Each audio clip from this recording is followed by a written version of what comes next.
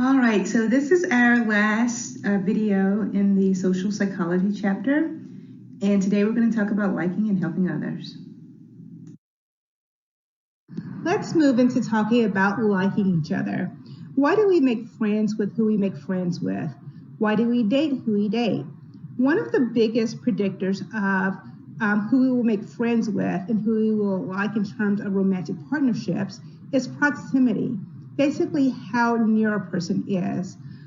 Even in this day of long distance in which we can talk to people overseas in seconds and actually see them, proximity still plays a very major role in who we will become friends with and who we will find in terms of romantic partners. So why do we fall in love with the girl next door? Because she's the girl next door.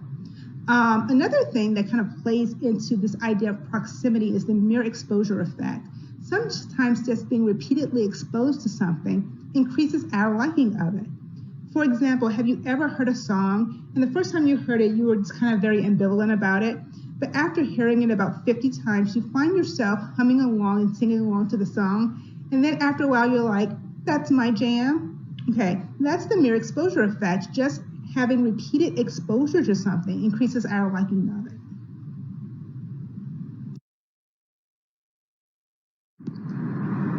A couple of other things that feeds into attraction.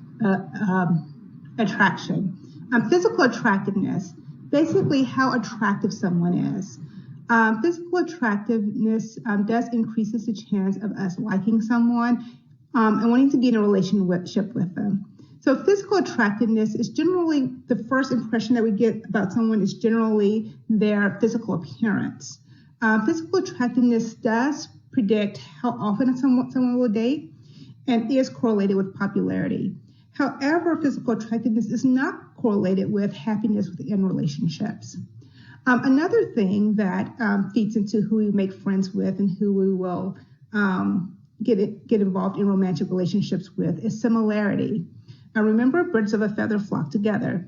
We like people who are like us. We like people who think like we think, listen to the same kind of music we listen to, believe the same opinions that we believe, etc.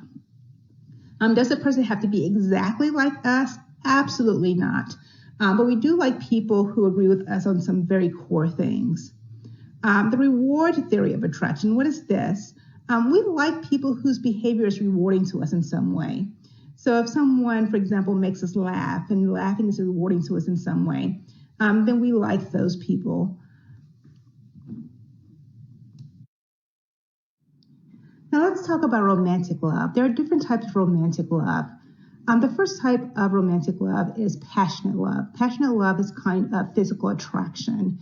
It is motivated by being physically aroused by someone and having that mental connection that this is the person who is causing this physical arousal. So it's both the arousal and deciding that this person is causing the arousal. So the thing that kind of fuels passionate love is adrenaline. And so that fuels that. The next type of love we're going to talk about is companion love. This love is attachment, deciding to be attached to someone for long periods of time. Oxytocin is the chemical in the body that fuels companionate love. So this is kind of a deep affection, intimacy in terms of emotional intimacy. Okay, so how do we get that companionate love? A couple of things that kind of feed into companionate love that leads to long-term romantic success. One of the things is equity. If we feel that the relationship is equal, the relationship is more likely to be enduring. Also self-disclosure, basically telling someone kind of what you're feeling, what you're thinking, exposing yourself on an emotional level actually leads to long-term relationship success. And also positive support, supporting your partner in their endeavors is another thing that feeds into success in terms of relationships. Altruism is the unselfish concern for the welfare of others. Basically, altruism is doing something positive without any expectation for an external reward. There are plenty of prosocial behaviors that don't actually count as altruistic. For example, if I give to a charity knowing that I'm going to use that money and write it off on my taxes, that's still a good deed, but it doesn't count as altruism. So it's kind of our goal to be altruistic people, but we're not always altruism. And one of the most stunning cases that demonstrate how sometimes we just do not put the welfare of others in our minds is the case of Kitty Genovese. Kitty Genovese was stabbed and then raped outside her apartment while she screamed for help. People heard her screaming, but no one actually called the police. And so one of the things that we want to know in psychology is, why didn't people assist her? Why weren't people altruistic? Why didn't people help her? So the next couple of slides kind of go into trying to answer that. The bystander effect is an interesting psychological phenomenon. Basically, the more people who are around who can give us help in an emergency, the less likely we are to receive help. So why does that happen? One of the things that can feed into the bystander effect is the diffusion of responsibility. Because there are more people around who can give assistance, we feel less responsible to give assistance. So if you're ever in need of assistance, yelling help doesn't really get you the help that you need. Sometimes, though, you can bypass that by pointing to someone and saying, please help me, I need you to help me. Okay. So what are some of the things that will increase whether or not we get help in an emergency situation? One of the things that increase whether or not we get help is if the person appeared to deserve help. How do we make that decision? Sometimes we just kind of go with intuition. If the person is similar to us in some way, so if we can see ourselves in that person, we're more likely to help. If the person is a woman, if we feel that, if we're in a good mood, when we feel good, we do good. So if we're in a good mood, we're more likely to help. If we've just seen somebody else give, we're more likely to give. Now this is interesting. If we're feeling guilty about something else, we're more likely to help. I guess this is a way to kind of assuage our guilt. And if we are not in a hurry, if we're not in a hurry, we're more likely to pay attention to our surroundings and we're more likely to be compassionate. This just shows a decision tree when it comes to deciding whether or not we're going to help someone. The first thing we have to do, again, is not be in a hurry. We have to notice that someone needs help. If we don't notice, they don't get any help. The second thing we have to do is we have to interpret this as a situation that needs help. We have to interpret this as an emergency.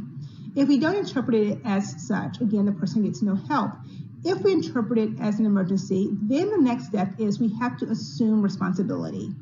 If we assume responsibility, the person gets help. If we don't assume responsibility, we just assume that somebody else is going to do it, again, the person doesn't get any help.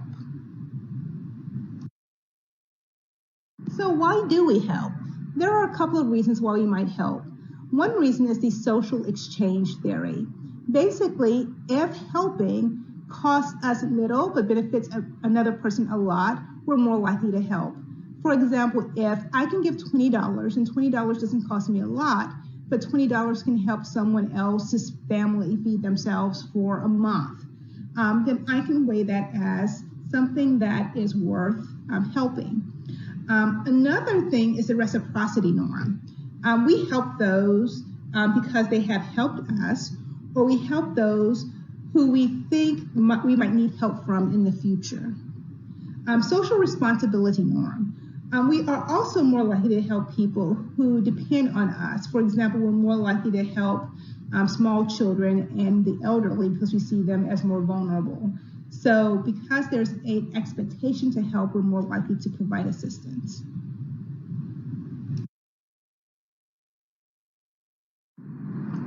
A conflict happens when we have incompatible actions, goals, and ideas. Conflicts usually occur over resources that are finite. For example, no one has conflict over air because air is plentiful. We do have conflict over finite resources. Let's talk about the social trap. Social traps happen when a person pursues their own self-interest rather than think about the group and the good of the group. For example, let's say that we have a finite amount of candy, and we have enough candy that everybody can get one piece of candy, and at the end of the year, there'll be a little bit left. Okay, so let's say that we know that at the end of the year, there's going to be a little bit left. So one person decides, well, I know that there's extra, so I'm going to get 2 pieces of candy a day. Will that actually hurt? Probably not, if just one person gets 2 pieces of candy. But what generally happens is because everybody thinks that everybody else is cheating and everybody else is not, everybody else pursues their own self-interest, everybody gets 2 pieces of candy every day, and we run out of candy by the end of the year. That's an example of a social trap. Whenever there's a conflict, there's generally 2 sides. And what happens when you have 2 different sides, you have something called a mirror image perception. Basically, each side sees their side as the one who's correct, the one who is good, the one who is trying to do the right thing, and the other side as the side who is wrong-headed. But interestingly, that other side sees you the exact same way. So there's mirror image perceptions going on. Let's talk about self-fulfilling prophecy. This actually doesn't really go into conflict that much, but it's here, so let's talk about it. A self-fulfilling prophecy is a belief that leads to its own fulfillment. For example, if you believe that you're going to fail at something, you might become so anxious that you actually fail at it. And this is something that we just have to be conscious of. One of the best ways to resolve a conflict is to just have the 2 parties contact each other. They have them in a space where there is no competition, they are on equal footing, and they can just communicate. That does not always happen, though. And sometimes contact is not possible. So what do we do when contact is not possible? There are ways to still kind of resolve a conflict, and that's discussed on the next slide.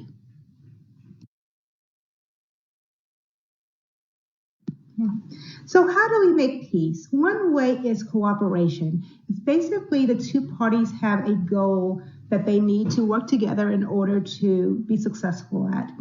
That's one way that enemies can become friends.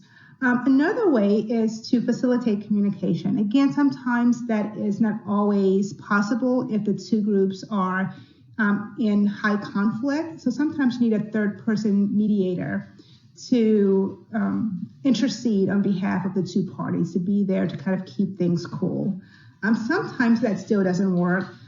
So again, instead of escalating the conflict, there are other ways to reduce it.